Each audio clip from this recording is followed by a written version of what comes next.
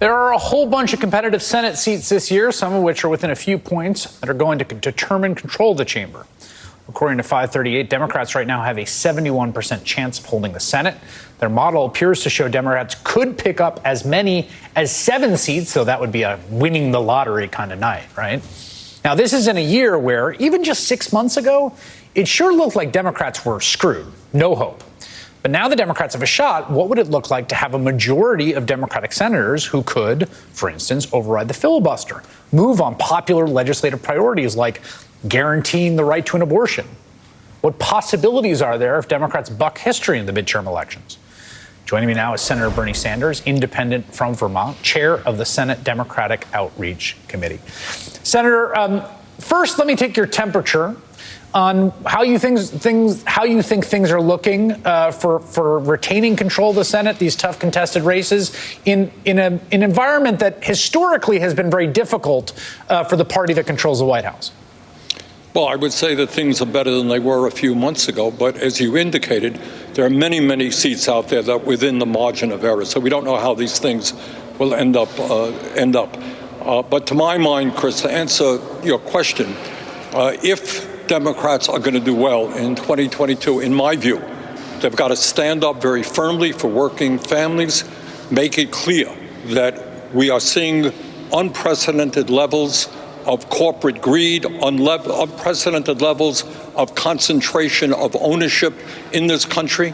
All the while, working families are struggling, and in many instances seeing a decline in their standard of living. So I think now is the time, if you want to win an election, to say, you know what, I'm on the side of the vast majority of Americans, black, white, Latino. I'm prepared to take on greedy, powerful corporate interests who are enjoying record-breaking profits while you Americans can't afford health care, can't afford to send your kids to college, and are working for starvation wages. That, to my mind, is how you go forward and win. One of the big accomplishments of the unified democratic governance was the announcement of the president's cancellation, $10,000 of student debt, $20,000 for those who are getting Pew grants. You can chart a clear trajectory from your presidential campaign that championed that issue along with Elizabeth Warren to it actually happening. And there was a lot of back and forth. Is this going to cause a backlash? Are people going to be resentful because I had to pay my loans? What is your sense of the outcome of this in terms of what it's meant for people's lives and also what it's meant politically? I have the radical idea that good policy is good politics. And it is good policy to cancel student debt in this country. I cannot tell you, Chris, how many young and middle-aged people I have talked to who have hesitated, having children, can't afford to buy a house, whose lives are in economic trouble because they're paying off these huge student debts. So what Biden did was the right thing. I would have gone further. It's what the people want. I'm not going to tell you it's 100% popular, but it is what the people want. And you know what? If you do what the people want and not what the corporate world wants or billionaire campaign contributors want, you win elections. If you raise the minimum wage to a living wage, you win elections. If you expand Medicare to include dental and hearing and vision, which recently in a poll had only 87% support, you win elections. If you build housing and create jobs, you win elections. If you give tax breaks to the rich, you're probably not going to win. So my own view is there is an agenda out there, and the cancellation of student debt is one part of it. But we've got to go further and show working families we're on their side. There are people on the other side of it. Ted Cruz has been plotting with folks to try to challenge it in court. Republican legal challenges are expected to start once the applications start rolling out. Legal experts say it's possible the administration's plan could be frozen by a federal judge. What do you think about this plot to try to find someone that is standing to block this in court?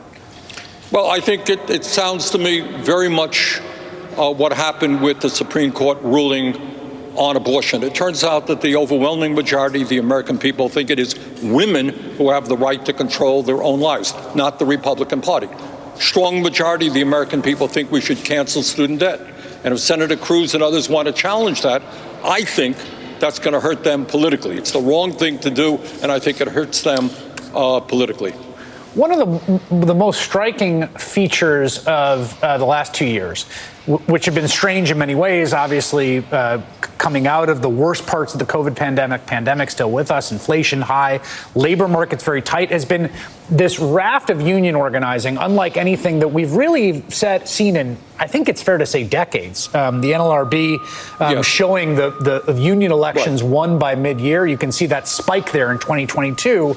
It's been about 20 years since we've seen this. What do you think's going on here? It ain't hard to tell you, to figure out.